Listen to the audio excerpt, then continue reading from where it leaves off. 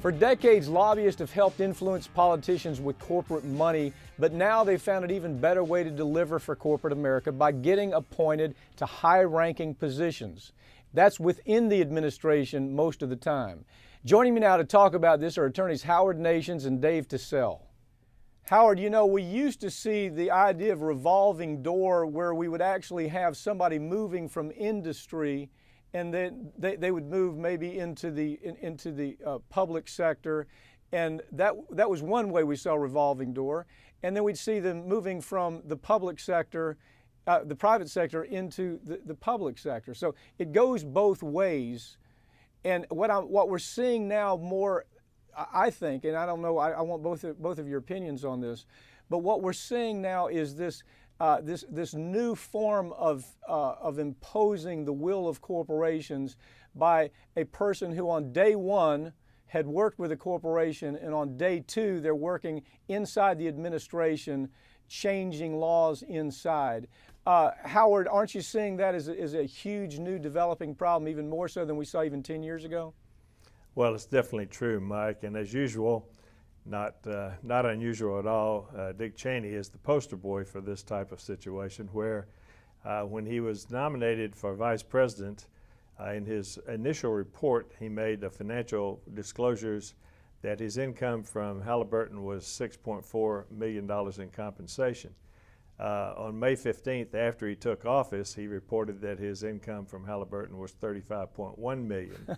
He then proceeded to spend 8 years of billions of dollars of taxpayer money going in no-bid contracts to Halliburton. Big surprise. So, Dave, what we see happening is the way that I see this new revolving door. As I say, it revolves in two directions, but the new revolving door that we're seeing more of, I guess is the best way to put it, is where an employee's working with a corporation. They've been there 10 years. They say, you know, we're going to give you a bonus if you can seat yourself somewhere inside government to where you can have an impact on laws inside the administration, and they give them huge bonuses if they can get a job like that. Don't you see that happening more and more? Mike, this is just shameless. It's almost unbelievable. One of the best examples that we've seen is Jack Lew, the Treasury Secretary, under Obama.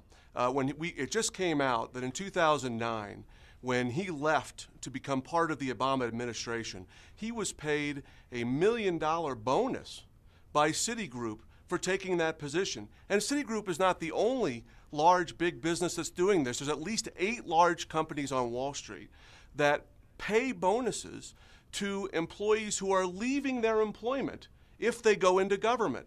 Usually bonuses are paid in business in order to reward work and keep good employees long term. Now, shamelessly, they're paying for access and influence into the government up front by paying bonuses when they leave to go to government.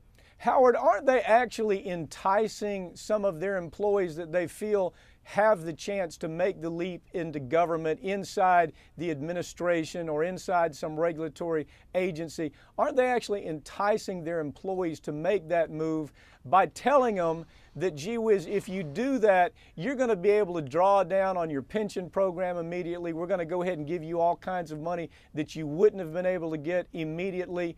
And we encourage you to do this thing they call become the public servant. Well, really what it is, it's the corporate servant, isn't it, Howard? Isn't that what this is all about?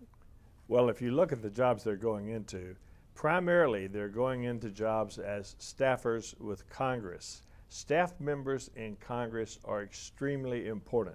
They're important in two regards. You have legislative staff members they work directly for the congressman, but then you have committee staff members who are generally hired by the chairman of the committee. They have tremendous influence on everything that takes place before the committee. So what they're doing is they're hiring not just members of the corporation, they're hiring lobbyists. Lobbyists, this is amazing. Lobbyists for corporations are being hired to go into jobs as staff members of Congress, exercising extreme influence. Dave, one story that hit the news that I think maybe is maybe even corporate media reported a little bit, but they, for the most part, ignored the story, and that's the Northrop Grumman story. Lay that out for us a little bit. What happened with this very ugly little history that tells the story about what's happening to our government? Well, this is just amazing. I mean, we have seen exactly what Howard was just talking about, where lobbyists are going into Congress and being paid large bonuses before they become staffers. Now, Northrop Grumman, in the Global Hawk program, was trying to sell a new program to the United States government to replace the U-2 manned surveillance program, which works perfectly fine. Yeah, I mean, there's never been a complaint. Matter of fact, there's never been a complaint. The military said, we don't need this new thing that you're trying to sell us, right? The military said, we need to cut back, and this is where we can cut back. We don't need this unmanned spacecraft. But Northrop Grumman, in a multi-billion-dollar industry, and to make sure that they made money, they made sure their lobbyists got to become staffers in Congress and made sure to fight this, and now are using this program to attack Obama, saying this is President Obama trying to cut back on the military against our will, when really the military doesn't want this program. Yeah, the Global Hawk saga, again, you start off with the military saying, no, we don't even need this thing. You're wasting money by doing it. And then the next thing we see people, we see lobbyists that are working with people like Jim Inhofe, you know, who has this incredibly close relationship with the arms industry. We see their lobbyists showing up, and the way they're showing up is they're leaving Grumman, they're leaving Northrop Grumman. Northrop Grumman is saying, hey, on your way out, by the way, why don't we give you an extra $400,000 just because you've been such a good employee? And oh, by the way, when you get over there to Jim Inhofe's shop there, and when Jim Inhofe tries to sell the American public on this new thing called the Global Hawk, make sure you make it happen. Howard, isn't that basically how we see it happening with all the industry right now? That's how we're seeing it happen across the board, Mike. And we're seeing, you have to stop and think of the simple common sense of this. And this is not just the Republicans in this case doing this. For example, in 2008, David Crone, who was the chief lobbyist for Comcast, was paid $2.9 million. Now think about this.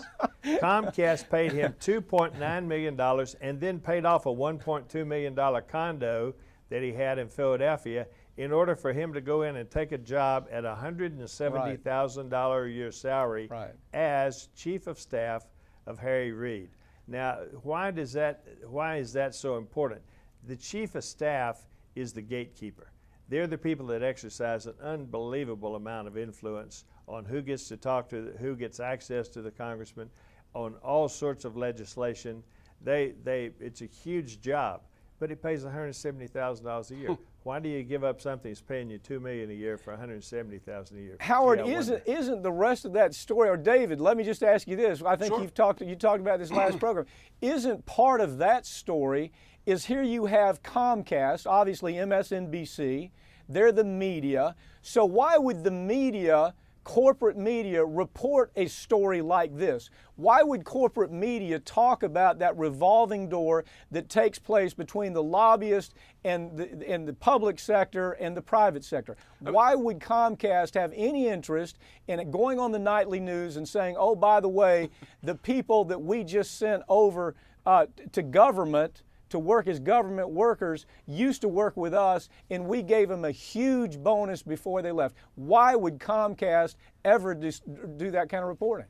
Absolutely. They're not going to do that. I mean, this is the huge conflict of interest. And what's amazing is that Congress talked about the Stock Act and passing an act to be able to actually track this type of disclosure, that when employees would come into Congress, they would have to disclose those kinds of benefits that they got.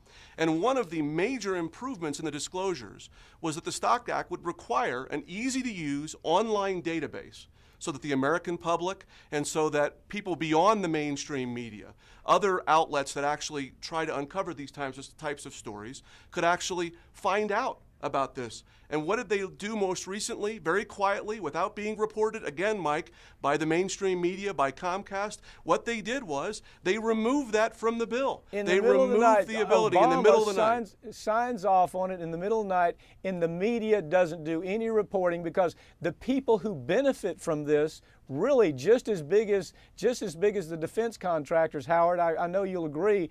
If you take a look at these stories dealing with the media, corporate media, buddy, they are loading up government regulatory agencies. Now the new load up is in telecom, isn't it, Howard? Isn't that another area where we're seeing them double down on their effort to change democracy by just paying people off directly and indirectly?